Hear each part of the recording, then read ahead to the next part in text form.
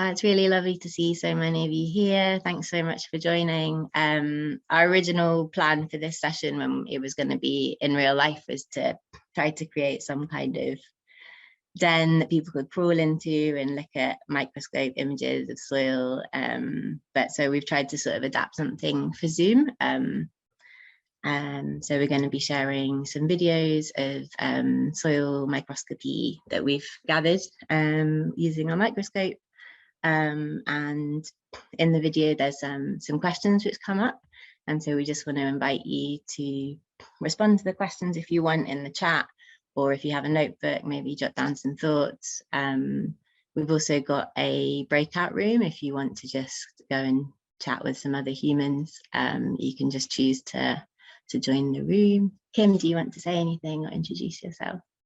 Yeah, hi everyone, I'm Kim from Shared Assets, and I just wanted to also just mention the fact that in the UK at least it is lunchtime, and we want to encourage you, like, this is much more of a kind of relaxed session. Hopefully, like Harry said, it was always meant to be a little bit of a break in person from the hustle and bustle of ORFC. So yeah, we just invite you to like eat lunch. I've got mine here, I'm going to be eating.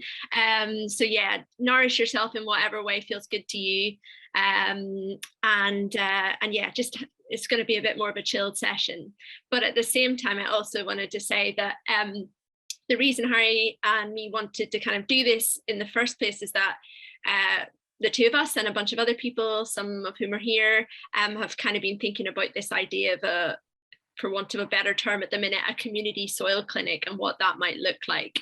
And we have some vague ideas, but we're excited to get a much bigger audience kind of getting their heads together on it. So yeah, there'll be a notes document, I think, shared in the chat, hopefully, where you can kind of add your thoughts. And if you go into that breakout room, or if you're just watching the video and seeing the kind of questions that are in it come up, you can jot down your thoughts there as well. And yeah, hopefully it'll just be good to get a bigger range of people thinking about this. Anything else, Harry? And just to let you know, the video is about 15 minutes. So at around 25 past, we'll come back together and have a conversation if anything's have come up in the chat, any kind of new ideas or epiphanies, or you just want to share what you've been having for your lunch. We just really love to hear from you. Yeah, and just hear the ideas, because the idea of the soil clinic is in a very early stage. It's very kind of embryonic, so we're just really interested to build this idea with lots of people for whom it might be useful. Anything else to say before we start? No. Okay, great. Yeah, do feel free to introduce yourselves in the chat as well as we go. So I'm gonna share my screen and hope that this works.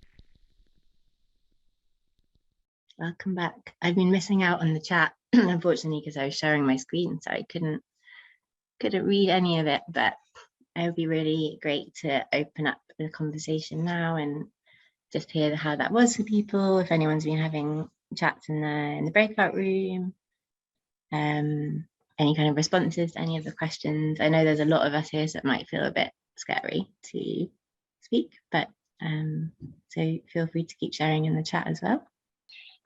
Yeah, we're really in the early stages of this, but this kind of idea of a soil clinic came out of a workshop that Hari and I were both at, and basically the situation at the minute is if you want to do soil tests, especially if you're like a small community garden or a small grower or something, it's really inaccessible because you have to normally like pay a lab to do the analysis for you, and you send off a sample or samples, and then you get back a kind of like quite baffling list of sort of chemical analysis, which isn't the easiest to understand if you're not versed in that sort of scientific way of like reading things. So yeah, we were just thinking about, okay, well, what would a much more DIY and kind of community based way of looking at and understanding our soils be? So like there's a bunch of people who've tried various approaches to this all over the world, but how could we kind of get like a series of tests, but also experiment with like different ways of knowing and storytelling and thinking about our relationships with soil, which will be different for, you know, people from all sorts of different backgrounds. So yeah, we've just basically been thinking about that idea and how we could resource it so that it's not just like, again, a kind of thing that depends on people's voluntary labor, but that it could be paid for, and also that it would be accessible to the biggest kind of range of people. And also that it comes from a kind of ethos of justice. And so we're not just thinking about the kind of, I don't know, science of the soil, but like, you know, racial justice and thinking about like housing and food and farming and all these other kind of intersecting issues and how they would influence people's relationship with land, with soil, with food, with themselves. So yeah, we're keen to kind of build in that ethos from the outset as well. And yeah, Hari, would you add anything as a brief summary? Yeah, and also just making knowledge about, like, kind of thinking about practices of commoning knowledge about soil and trying to find new ways of building knowledge and relating to soils, and really acknowledging the colonial history of soil science and the very limited kind of lenses sometimes that we have, and also how little we know about soil. So I think it's a very exciting kind of space to just think about new ways of forming knowledge and really open that up in lots of different ways, and being really creative around it as well. And I think also, I don't know if you mentioned this already, Kim, but just like often soil tests are really expensive. So just making that much more accessible and available and yeah, free or very low cost for people, so that, and there are sort of precedents in other contexts. Like I think in the US it's a lot easier to get soil tests done, and a lot cheaper, and so yeah, learning from other contexts. I have been setting up clinics or soil kitchens, free clinics and things like this, and yeah, it's a huge area to kind of learn around and build on together. There's so much in the chat. It's really hard for me actually to process and think and speak at the same time. There was a question there about, well, people kind of responding to what question would you ask your soil, and there was someone asking about, like, that they would ask, how do you remember? And I think that's really interesting in terms of also thinking about like contaminants and pollutants that are often in urban soils, often like concentrated in poorer areas, often affecting, like disproportionately affecting BIPOC people as well. And and like just the traces of contaminants that are in soil, and the histories that are and the social histories that are kind of embedded in that. And I think particularly like lead is a really interesting one for that. So yeah, how we can kind of draw these memories out from soil, these like and understand those histories. And that's something we've been experimenting with a bit, just doing like lead screening. It's very hard in a DIY lab setup to be able to measure the quantities of lead in soil, but that's something that we would like to learn how to do better, and maybe work with larger scale labs to help us to be able to do that in a more DIY way. But we are able to screen for lead at the moment, which I think is useful for a lot of urban growing sites, particularly, because I think, yeah. Anyway, I'd love to hear from someone else. If anybody would like to raise a hand or share any thoughts. Yes, Maggie. Cool. Yeah, I love that video, and I love the audio as well. It was just, yeah, I found it quite meditative. I think everyone just sort of watch that, you know, every morning or and sort us out. But it was interesting. Just earlier this afternoon, I was having a conversation with somebody who's doing a really interesting piece of work with people in and around Bath about the story of place and the history, and how beginning with the inquiry of what is rooting you here, and using connection to place as an energy for change in a territory, rather than what's structurally important, or what are our outputs, what are our deliverables, you know, really reversing that and going like right to the source, which is what is my connection to this place. And it really, just listening about the soil clinic and the sort of impulse behind that, and the story dimensions, it really felt like the clinic would be an amazing sort of accompaniment to a story of place process, like it's sort of that bioregioning, regenerative process way of thinking, and building capacity in people to make decisions about territories which come from that much more essential sort of source. It feels like a really beautiful thing to accompany a process like that. Thank you for that. Yeah, I think part of our thinking around it as well is that it could be something which helps to support access to land in different ways, and to sort of get a knowledge of like how safe it is to grow in certain soils. It can, just allow, like, open up access to using and growing in unusual places. And it is very much about building relationships with place and land, and just finding lots of different ways to do that. If you can share a link to that project at all, Maddie, I'd love to see it. That's great. Yeah, when I get one, just introduced to it just today. So, but I will be participating in some way. So I'll share that when I've got stuff, Kim. Thank you.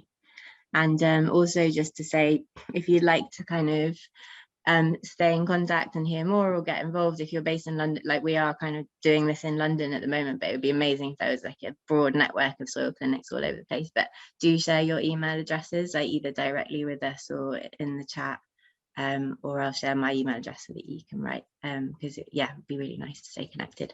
I see a hand from Leonida. Sorry if I pronounced that wrong. Hi everyone, my name is Leonida from Kenya, based in East Africa. I work around food justice and climate justice, and part of what we do is working with soil. We do political and technical education with smallholder farmers in a place called Machakos, which is a semi-arid region of Kenya. So what we do, for example, in terms of soil, first of all, we have something called historiography. We bring farmers together in one of the farmers' compound, and they share, for example, the experiences of how long they've been doing farming, what changes have they been seeing, for example, on their soil. They'll tell you that the soil is becoming harder, because what is happening in Africa, for example, is that you find that farmers are using a lot of chemicals, and whenever they have a problem with their soil, they're always given chemicals, the aggregates as a solution. And the other thing is that our agricultural system is not working, especially the extension service. So the only source of information that farmers have is the aggregates. So what we are doing as an organization, as Graham and Hari Africa, we train farmers on agroecology. And what happens is that every farmer, for example, when you're having a session, we call them tafakari, which is a Swahili word for reflection. We bring the farmers together and each farmer brings a glass of soil. Basically, this is a representation of their land. And what we do, because soil testing is very, very expensive, and of course there's a lot of delay before you get the result. So what we do is that, first of all, we do observation looking at presence of microorganisms. For example, how much root can you spot on that glass of soil? You pour the soil on a sheet of paper, and the farmer observes how much root can they see, how much gray matter, how much brown matter, how many earthworms can they count? And you find that many a times, because the soil, you've been using a lot of chemicals, all the earthworms are dead, they either dead or they moved away. So you find that the aspect of growing and aeration of the soil does not happen. And that's why you find that the soil becomes hard. So what after that, we do what is called water retention capacity test. Basically is on the same soil that we did an observation, we try to look at how fast can water be drained from that soil. Because if the soil is loose, it means that if it rains or if the wind blows, the topsoil is going to disappear. It's going to be carried away. And as we all know, in food production, the topsoil is the most important soil when it comes to agriculture. So when we pour water, and each farmer is asked to pour water on their soil, and they look at how fast the water is moving. And then after that, we do what we call a ribbon test, just trying to make that soil and water, mix it together into a paste. The longer the ribbon, the more healthy your soil is in terms of nutrients. Because if you have nutrients on your soil, it means that your soil is compact. But the less nutrients you have, the looser your soil is, and so the smaller the size of that particular ribbon. And then as part of the solution, because farmers want solutions, we train them on how to do composting. And with composting, you only use the locally available materials. For example, the twigs, the pieces of branches, the grass around, and then you also make use of the droppings from the chicken, from the cow dung, as well as if they have geese in the locality. And then we train them on how to make compost. And then these trainings are always aligned to the farmer's calendar. Like, for example, when they're tilling the land, that's when we train them on soil fertility. When they're planting, we train them on seed sovereignty. And that's where we promote indigenous seeds, because what we've seen is that indigenous seeds are more resilient, especially with the onset of climate crisis. And in East Africa, we've had a very bad challenge of climate crisis, like in the northern region of Kenya, people were dying, even giraffes and camels were dying because of climate change. So that's how we interact with the soil. And farmers, we also have like sessions where farmers share, they give feedback on how the compost has worked and what are the changes they are seeing. And what they normally share is that the soil is becoming softer. They're using less labor because, you know, in Africa, it is people depend on manual labor. We don't have machines. Yeah, so they share that they're spending less time tilling the land because the soil is soft.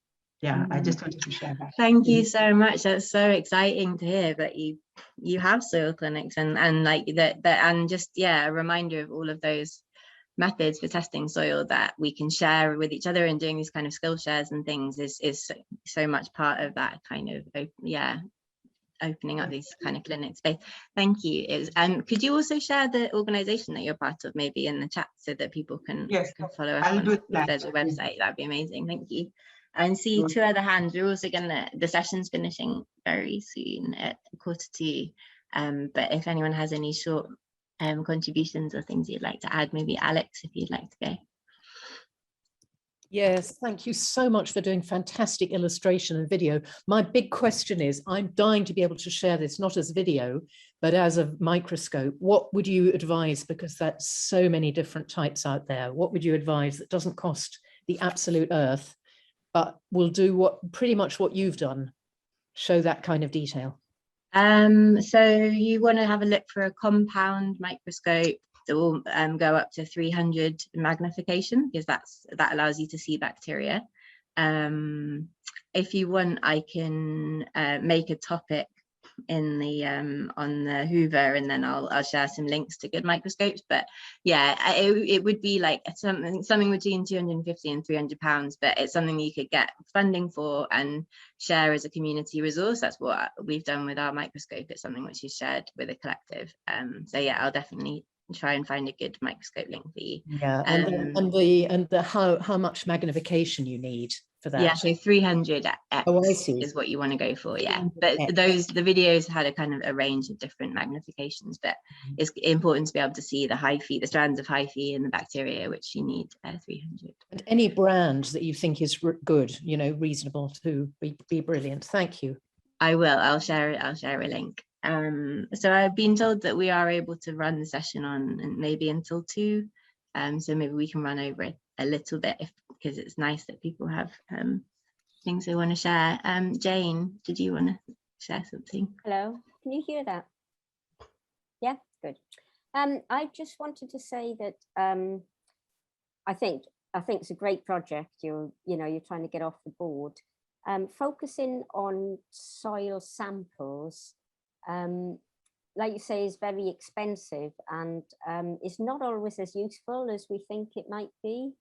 The project that Leoninda in Kenya is doing, the way they're sampling the soil and looking, it would tell so much about what's going on in the soil. I've certainly learned from our experience that, the soil sample in some areas was quite scary, but what I've learned over the last couple of years, it's really all about the soil life. And I think people would get so much more of a connection from, having a group microscope that they could look through their soil life, plus do the tests that, the sort of tests that Leonda was talking about, could make for fantastic groups and really get people engaged. I know I've become completely obsessed on our farm with soil life and having like amazing results really from doing that.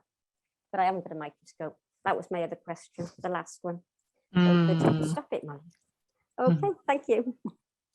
Yeah, it's a really interesting point, and just that difference between bringing your clinic or your sort of methods to the soil, to the space, and looking at how like the conditions on a site or in situ, and then that idea of sampling and taking away, which is limited, but it's useful. Yeah, all of these things tell you different things, I suppose. Yeah.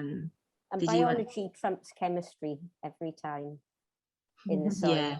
So really yeah, and I think that's something we're really interested to learn together about, is how those relate as well, and what you can learn about, what you can kind of maybe deduce about the chemistry in soil based on the biology that you can see, because there's a lot of interesting stuff around bacteria being able to hold certain pollutants or help with even remediation of lead and things like this. So yeah, just really kind of quite interested in bringing those two together in a sort of quite DIY way, because soil science isn't my background. Gwen, did you want to share something? It just something occurred to me that we have a microscope that was given to us by a biology teacher, a friend of ours, because they were like throwing out loads at their school and getting new ones. But that sort of got me thinking that maybe you could work with schools, because obviously schools won't be using their microscopes all the time. You might be able to find a school that you could sort of share that resource with. I don't know, that might be applicable in some places, at least. Definitely, yeah, we're quite interested in linking up. It's just quite tricky to get into schools, but like, yeah, it can be done. yeah, we'd really like to build lots of different kinds of partnerships and connections with different kinds of institutions to make this work. And so we're really open to like suggestions or thoughts on that. Okay. I'm really sorry that we haven't really been able to address a lot of things in the chat. I think Kim's had to shoot off to another session. But I think maybe it would be an idea to set up a small discussion group on the Hoover, so that we can start to like respond to some of the things, some of the questions. There was a question about a good book to recommend. There's one called Teaming with Life. Maybe it's called Teaming with Life. I'll try to draw out some useful references to share. We have one video to sort of close with as well. It's just a minute or so. It's a poem and some more soil microscopy. So if you want to stick around and watch the final video, you're welcome to, or if you've got other sessions to go to then. But thank you so much for joining and for your thoughts. Oh, one last hand. I wanted to ask, I don't know, were you talking about me? Yeah. Just quickly, are those videos available anywhere, like on the internet? Yeah, so I'm part of a co-op called Compost Mentis. So if you look on Vimeo and type in Compost Mentis, we've got quite a lot of videos up there. So yeah, and I put them up quite regularly. All right, so yeah, thank you again, everybody. It's been really great to connect, and thanks for sharing your email addresses as well. We will keep you in the loop about where this goes and how we develop it in the next year.